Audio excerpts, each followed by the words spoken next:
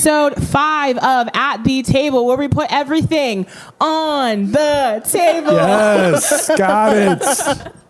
You're in. So she's in. She's now been, what's the word?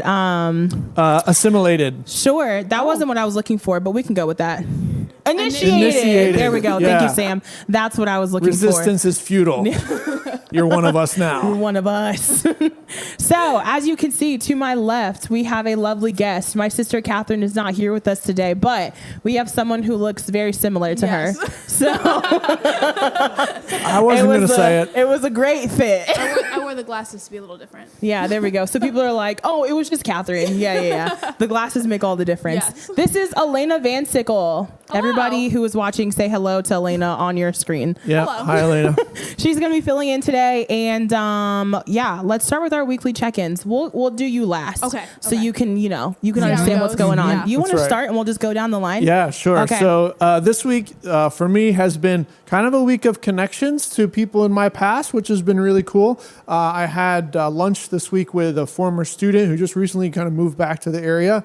And it was just so good to reconnect. One of the things that I love as a student ministry, young adult pastor is watching people literally just evolve, from middle school all the way into adulthood. About once a week, I have lunch with another student who's married, has 2 kids of his own, lives in the area. So I had a great reconnecting week. And then the other big event that was part of my week was getting ready for the wedding that happened last night, which is another 2 of our students got married last night. So that was a really big deal, and that was really fun. So my week has been just all about just connecting with young people. Love it.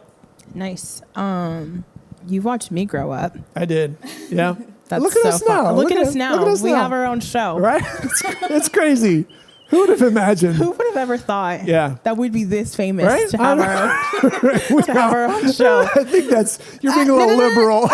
You got to speak things into existence sometimes. Okay, we're going to manifest. We're manifesting the famousness.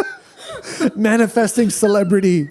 Right, exactly. We're going to have our own bodyguard Claim soon. it, right. Yeah. So just be thinking about, what type of bodyguard you want, because it's happening soon. I've thought about fame, and I don't want it. I don't want to be able to not leave my house and people bothering me. You watch paparazzi and celebrities and stuff. That's the worst kind of life. Okay, I think the best kind of life that people have just on the material realm are like software company executives who have billions of dollars, but nobody knows who them. they are. They can still go to Publix and no one knows that they have trillions of dollars. So anyway, I think they might be onto something there. Yeah.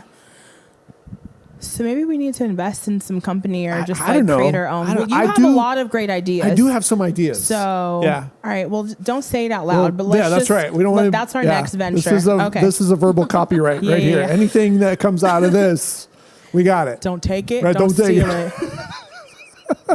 Right. Okay. Right. Yeah. All right. So that's my check-in. We're gonna be famous. That's my check-in. The check-in.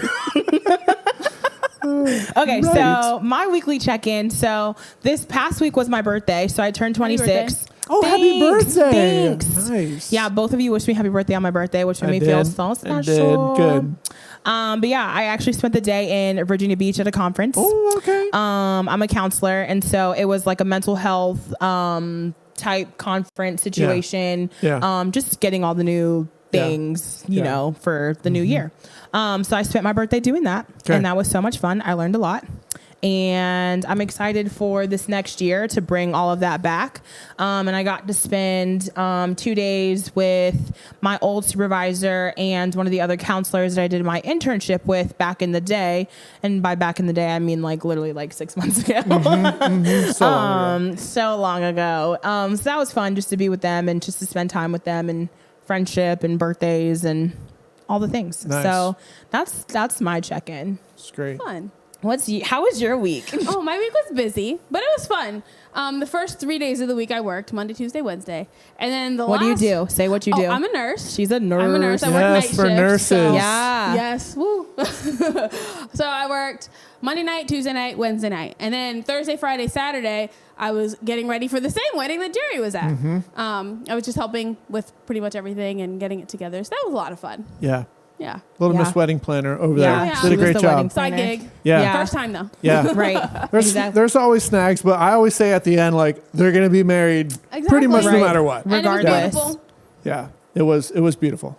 Yeah, there we go. So that was my week. Well, great. Not too bad. Those are great weeks, guys. Yeah. I'm glad none of us had sucky weeks. Like, No. that's good. No. Sometimes, weeks can be kind of poo-poo. And This is true. Glad Sadly, that true. that it wasn't. It wasn't a poo-poo week. it wasn't a poo-poo Yes. week or a dookie week. As Oh, bring it up past episodes. For those of you who did not watch episode 4, go back and watch episode 4 yeah. because You'll we learn about revealed a Dookie. lot. Yeah, learn about Dookie. Yeah, Jerry had an old nickname Yep. named Dookie. Go back and hear the story True. on episode 4 because True. it's a good one and it's not what you think. I don't know about it. No, it's good. All right. Okay. And it's not what you think. So you got to go back and listen to it for that reference. Yeah. So there's a plug for that. All right. Well, great. Let's roll into our to my younger me self. Yeah. To my younger segment. Yeah. We have a video coming from Nikki Hancock, who volunteers with youth group primarily. Love Nikki. But she also plays for the church band sometimes and is just like an all around like super great lady. And she is the mother to a young adult. So she had a 2-parter piece of advice for us. So we get a 2-for-1 special today. So let's tune in and listen to what she has to say today. Hey, I'm Nikki Hancock. Just wanted to impart a little wisdom from all my years of screwing up life. If I were to speak to my younger self, I would say many things, but a few come to mind.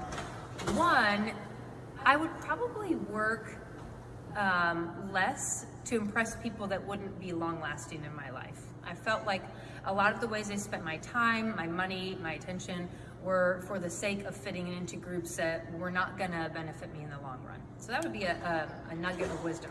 I would also say, and this might touch people wrong in different ways, but I would say living a substance-free life. I felt like in my younger years, kind of stemming off fitting in, drugs and alcohol were definitely a part of that, and you just can't build a case for that anymore, for me, in my life. So I would just say keeping those areas pure and clean and without all those things, I think would really benefit you in the long run. I hope that helps. So that was our 2-parter piece of information from Nikki Hancock. So the first part was not trying to fit in as much with people that are not going to be lifelong friends, lifelong people that are good for you, and then living a substance-free life. What do you guys think about that? I mean, I think both are great, solid. Honestly, to me, those two things are like hand in hand with each other because why do you pick up that drink or that cigarette or that joint or whatever? It's probably because of the people around you that you have chosen to like, I'm going to try and impress these people so that I can fit in with them. Yeah. And even talking with her after she did the video, like that was basically like what she said. She said like, I was trying so hard to impress these people that I knew were not good for me. And like they were doing all of these things. And I spent so much money like buying a new car to impress these friends and buying all the alcohol and doing all these things, like just trying to fit in. And I wasted so much money, so much time when I could have been saving. And like, she said, I bought a whole new car just to fit in because everybody else had this car. And she was like, and I wanted it too. So I went and bought a whole new car and I had no money to pay for the car. And she was like, so I was just broke and struggling, but I looked cute and I looked good and I fit in. And she was like, if I could take it back, like I would take it back in a heartbeat. So, I mean, I agree. I think they go hand in hand, but I think it's so hard though sometimes, like, especially if you're not rooted in something, like it's hard because you just kind of, you follow. Yeah. What is it within each human that drives us to do that? Like we will morph and contort and drop standards just in order to fit in with a certain group of people. So what is it?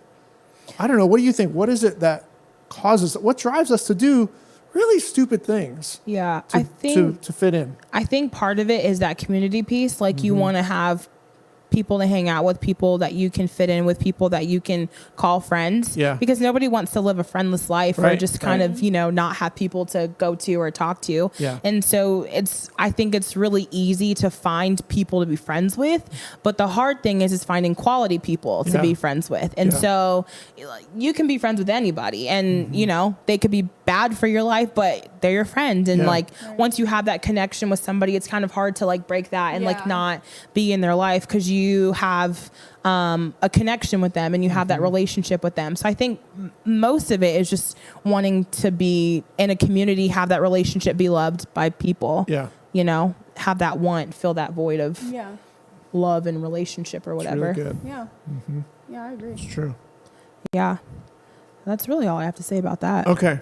Well, it by this point in my life, and I've been working with young people for long enough, it's not boggling to my mind anymore. Like I see it all the time, but it never ceases to be sad to me. Like it's a heartbreaking thing, especially when spiritual community ought to be like the bedrock of every other kind of acceptance and friendship and relationship and just like that sense of community and family.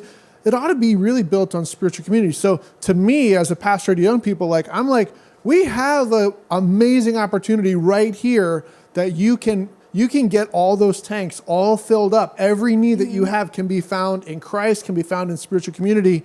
And you don't have to have all the regrets and the blackout drunk and waking up, you're not sure what happened the night before. That's just never been even as a young person, that was never my thing. I never drank or did drugs or anything. So I'm speaking on that level. I'm speaking from ignorance because I don't know. I don't know what it's like to pass out drunk. I don't know what it's like to, be high or anything. But from what I can see, it's not really, it might be fun for a moment, but then you have this huge payment that you've got to deal with. And so as someone who loves Jesus and loves people, I just feel but there's such a better experience you could have than just dropping all standards and jumping into the cesspool of whatever, kind of immoral or unhealthy behavior. So anyway, that's other thoughts that I have. Yeah. I think it's it also kind of, in the mental health world, we always talk about there's a behavior and an antecedent to the behavior, for everything. If you're eating food, it's because you're hungry, or maybe you just want a snack, or maybe you're trying to buy time, whatever it is, that's the antecedent to that behavior of eating food. Every behavior has an antecedent. And so sometimes I look at people who are trying to fit in by doing anything with substances or just trying to fit in general. Maybe it's buying the car, she was saying, whatever it may be, what is the antecedent to that behavior? And a lot of times, I feel like it's that void filling and they're looking for something. And this is the thing that they're choosing to use to fill whatever it is they're looking to fill. And I think that's the part that gets hard for people because they feel like this is going to be a beneficial thing for them because they're oh, this is what is happening right now. So I'm going to do this and then I'm going to be fine. But a lot of times, especially with substances, you make it worse. People with anxiety, they're oh, I'm going to drink or I'm going to smoke weed or I'm going to take an edible or whatever the case may be. But then their anxiety gets worse because you're on this high of feeling like you're fine, but then you drop. Alcohol is a depressant. And so people who have anxiety or depression, they drink the alcohol to make that go away. But then when they're coming out of that, you're just in that lower of low because it's a depressant. So you were here and now you're even lower. And so I think people just don't even really know what they're doing when they're trying to put these things in their body or fill whatever it is that they're looking for. They just don't know. And they think this is going to be the thing that's going to help because it temporarily does. That's good. But all right. So let me throw an idea out just for the future episode. Because in all age stages, but I would think definitely young adult, alcohol and alcohol consumption. Let's talk about that because I know people who love Jesus like crazy, who also enjoy wine and beer and those kinds of things. So I think that would be an interesting topic to talk about too. Because I know it's prevalent in high school for sure. We got We got parents buying alcohol for high school students. Like crazy. Yeah. But then when you're of age and it's legal and you love Jesus, but I don't really see a problem with, drinking alcohol. I would love for us to talk about that. Let's do it. Not now, but in the future. Deep in it. Are you going to come back for that episode? I'll come back for that. Yeah. Okay. And you bring the beer too. Yeah. Yeah. Okay. We'll pop a couple cold Yeah, ones and talk about alcohol. We'll test our limits. Right. See how we can still keep our conversation. How many beers does it take before we fall out the chair? Yeah, I would definitely. A little experiment. Lena said I would fall first.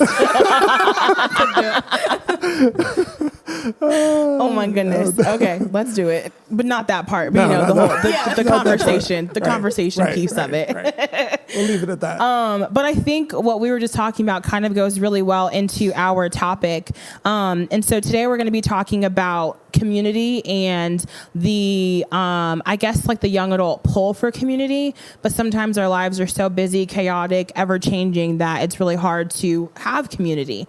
And I know like I was talking with Elena about like doing this episode with us, and I was like what's something that you want to talk about, or something that you feel like we can talk about. And like we were hanging out at the time, and it was like one of the few moments that like we got to hang out, and like it wasn't about like we were doing something, like it was literally just friendship. And I was like, do you feel like it's hard to like hang out with people? Like, do you feel like that's hard? And she was like, yeah. And I was like, let's talk about that. So I know for me, and I know for you too, like life is super busy and chaotic. And sometimes like I feel like I neglect friendships and like don't have a lot of time to have like deep, rich community type filled times because life is so busy. And even like within the young adult ministry, like a lot of times like my mind is so focused on what is the next thing that we need to do, like at this event, or are people engaging, are people checking in, are people whatever, that I'm focused on that and not focused on like sitting down and having those conversations with people. Like that's few and far between, like even in those moments. And so like I just know like it's super hard because like life is busy, we're always doing something, and then people are in different like life stages. Like two of my friends, like my friend Sarah, who I've known since I was a child, like is married and has 2 kids. Like that's not my life stage right now. And so me hanging out with her looks very different. And like even with you and Chase, like you're married, like that looks very different now than when we were in middle school or high school. Like that looks very different. And so just finding the time and finding also what works. Like I can't just pop over at Sarah's house. Like she has a newborn and a toddler. Like you can't just pop over and be like, hey, I'm coming over. Like you can't do that. Like it's hard. Like it just gets harder as a young adult to find that time. So what do you feel like is like your biggest struggle with like having community? Well, personally for Chase and I with working night shift, it's hard because to make time to hang out with our friends, we have to either neglect sleep or just switch up our schedule. And when we're getting off of work, people are going to work. When we're going to work, people are getting off of work. So it's just trying to line up the schedules. And so I know not everybody works night shift, but for us, like specifically, that's our biggest struggle, is trying to just find time. And even if you don't work night shift, you work regular hours, if everybody works the same hours, you get home, you're sleepy, you just want to go to bed. It's hard to just carve out intentional time with friendships and to build those. Yeah, I feel like the times that we spend the most time together is like midnight until like 2 a.m. Like I'm like staying up into like the wee hours of the night to like hang out and have fun, and she's like, let's go. Because she's so used to that schedule. And I'm like, I'm dying. Or in the middle of the day when we're doing something and I'm half asleep and normal people should be awake. It's hard. Do you feel like you felt that way as a young adult, or like do you feel like life is busier now for young adults? I think every stage of life has its pitfalls of being overscheduled and overtaxing yourself, doing too much. Sometimes it's necessary. Sometimes it's just inescapable. It's just a season of life that you have to go through, and you really can't do very much about it. Most of the time, I'm guessing, we really do have more to say about it than we think we do. I've said something. I have a kind of a statement that I make to people, and I've said it for years.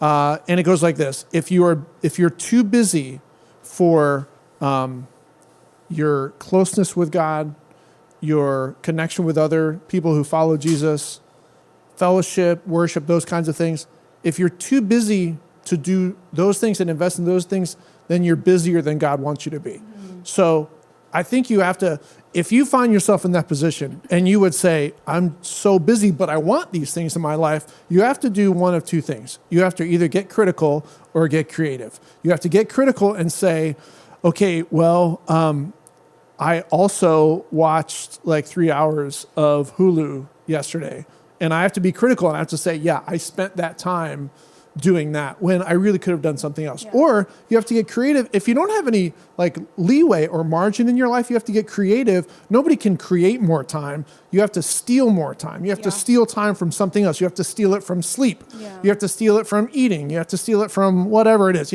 exercise or whatever it is, in order to kind of build more margin into your life. So if you're too busy for community, then more than likely, I would say probably 80% of the people need to get critical about where their time's actually going. But I think there are some that they need to get creative because they can't really change their situation right now. And they just have to kind of like get creative. Yeah. And our relationship with Jesus is just like my relationship with Elena or Chase or my wife. Like the relationships in my life that are the deepest are the ones that I have chosen to invest in. Right. And there's really no, that's just common sense. Right. If you want to get close to somebody, spend more time with them. Mm-hmm. And you're going to have to make those kinds of decisions. But to go back to your question, I don't think one group has it worse than any other. Because we're all human beings. We all like to be what we like to be. We like to be comfortable. We like things to be convenient. We don't want to be, overstressed or overworked. So it's all relative to where you are. I think... especially like in this last year of my life, I've tried to be more intentional about surrounding myself with people that like I know are going to like make me happy, fill my life with encouraging things. And like also like if I am like having a rough day or struggling, like can point me back to like who I am in my core and like know me in my core.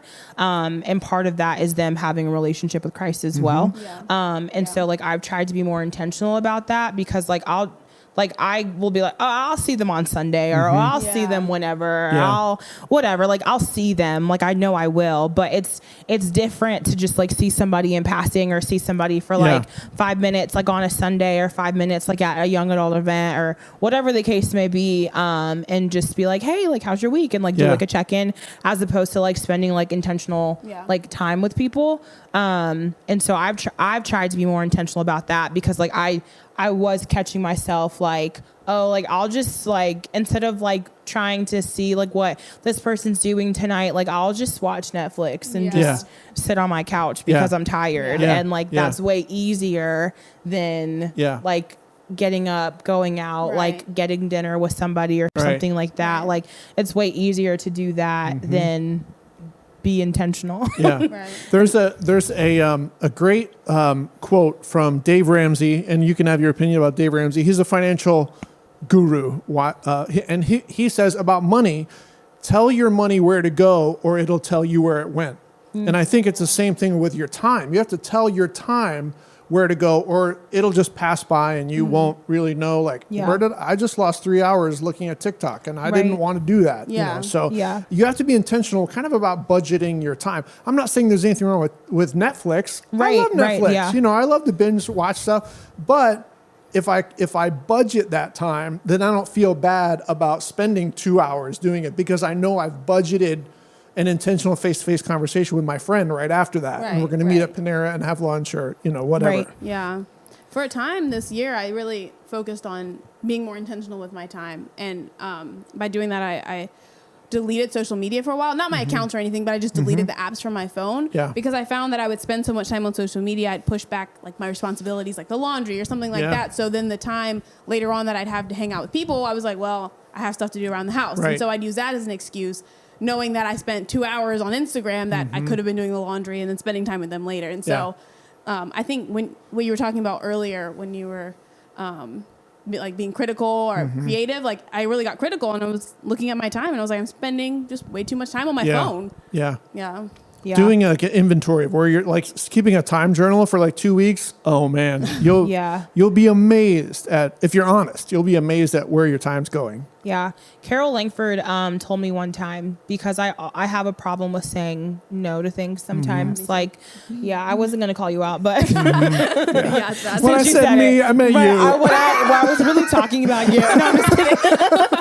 No, I have a problem with saying no, like, especially if it's like something that I know is like, it's going to be worth it. Like, I'm like, like I'll squeeze a little bit of time off of this, or I'll squeeze a little just to make that work. And I was getting into a season of my life where I was just, I'm leaving work and I'm going here, and then I'm leaving that and I'm going there, and I'm leaving that and I'm going here, and then I'm coming home. Did I even eat dinner today? Like, no, like I had crackers. That's sufficient. I'm gonna go to sleep and then like repeat it. And like I was doing that for like months. And she was like, you need to like put in your calendar like exactly what you're doing that day. Like if you are spending an hour long just sitting on your couch watching Netflix, like put in there a meeting with Janelle, and like that is your time for yourself. If you know that you have this, like section out that time and like intentionally say, I'm going to do this at this time, so you're not overcommitting yourself to things, and you're not just saying like, oh, I have time, because it's not scheduled out. She's like, sometimes you just need to see it. So like I started like saying like, oh, I can't do that. Like I have a meeting at that time, but it was just a time for myself. Like it was a meeting with me, like a check-in with me, because I was neglecting myself and neglecting like that community with people. And so I use that a lot now. Like I'll in my calendar, like put meetings aside and like we'll have specific things that I'm doing during that time, so that I'm making sure that I can be intentional with friends and like spend that time with friends.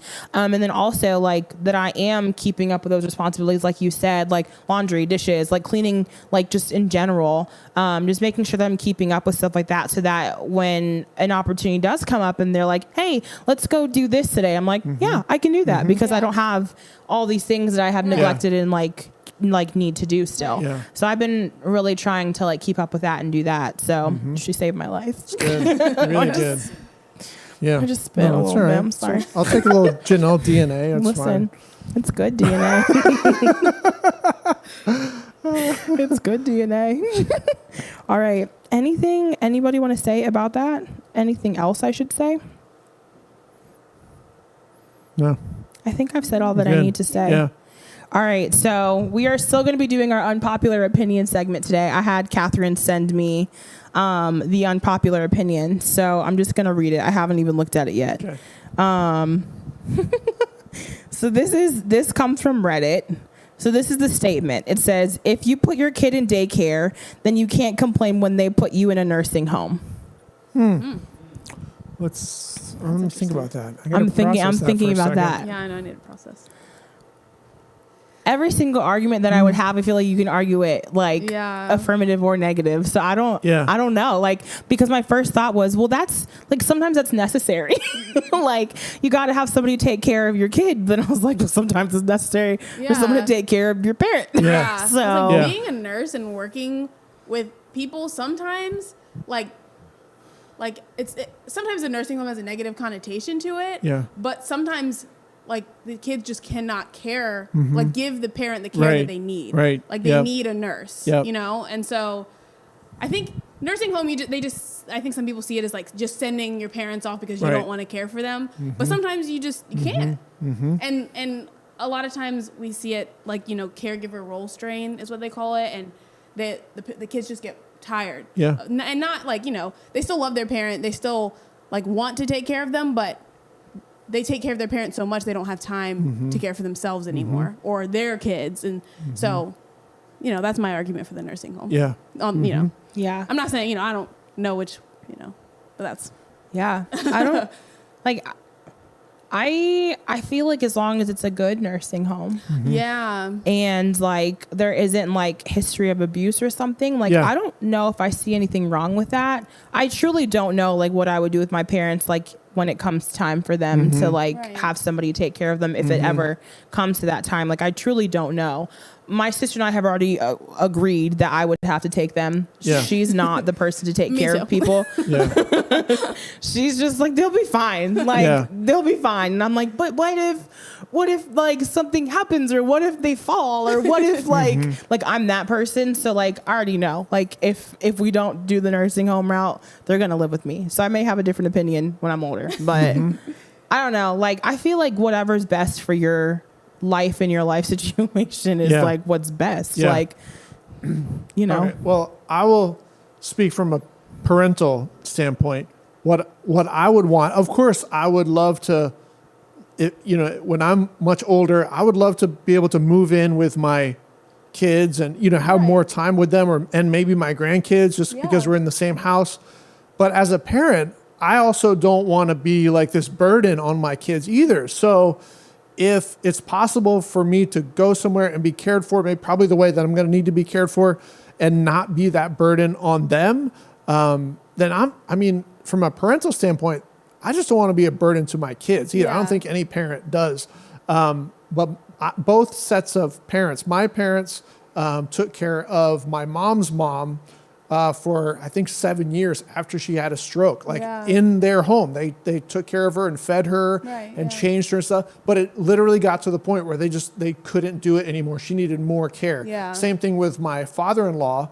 My wife's dad had Alzheimer's, and like it became dangerous for him to, like, we can't keep him secure in a home. Like he was visiting us one time, and he was found like walking in the street, like, a few blocks away. Thankfully, a nurse happened to drive past and find him, and were able to bring him home, but literally could not care for him the way he needed to be cared for. So I'm not against nursing homes. And as someone who's aging and getting older, and I wouldn't want to be a burden on my kids too, but I can definitely see both sides. We've never had daycare. Like my wife and I, we've never did daycare, but I know sometimes it's just, I don't know, maybe you need a break, or maybe it's just a financial thing. Like both parents have to work. But what's that tipping point between like, well, I'm paying for childcare or daycare. Am I making more than I'm paying? Because then at some point, it makes no sense to do daycare, because you're basically have the job to pay for the daycare. Right. So, anyway. Yeah, that's true. That's a funny concept though. I know. It is. Yeah, I would have never thought that one. Yeah. She sent two, so let's do the other one. Okay. So the second one says, the idea that not eating the food someone offers you is rude is stupid. I'll read that again. The idea that not eating the food someone offers you is rude is stupid.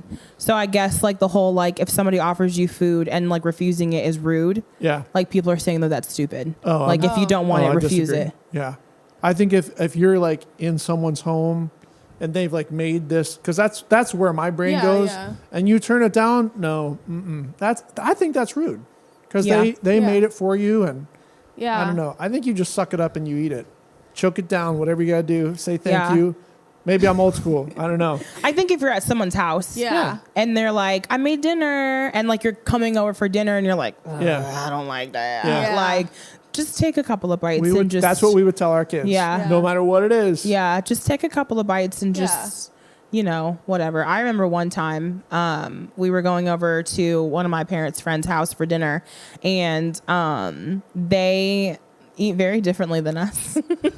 And the main course was this like super light salad. And like me, my mom, my sister, and my dad, we were all like, okay, like we put a little bit on our plate because we thought like, oh, main course is coming later. Like this is a little, teaser appetizer situation.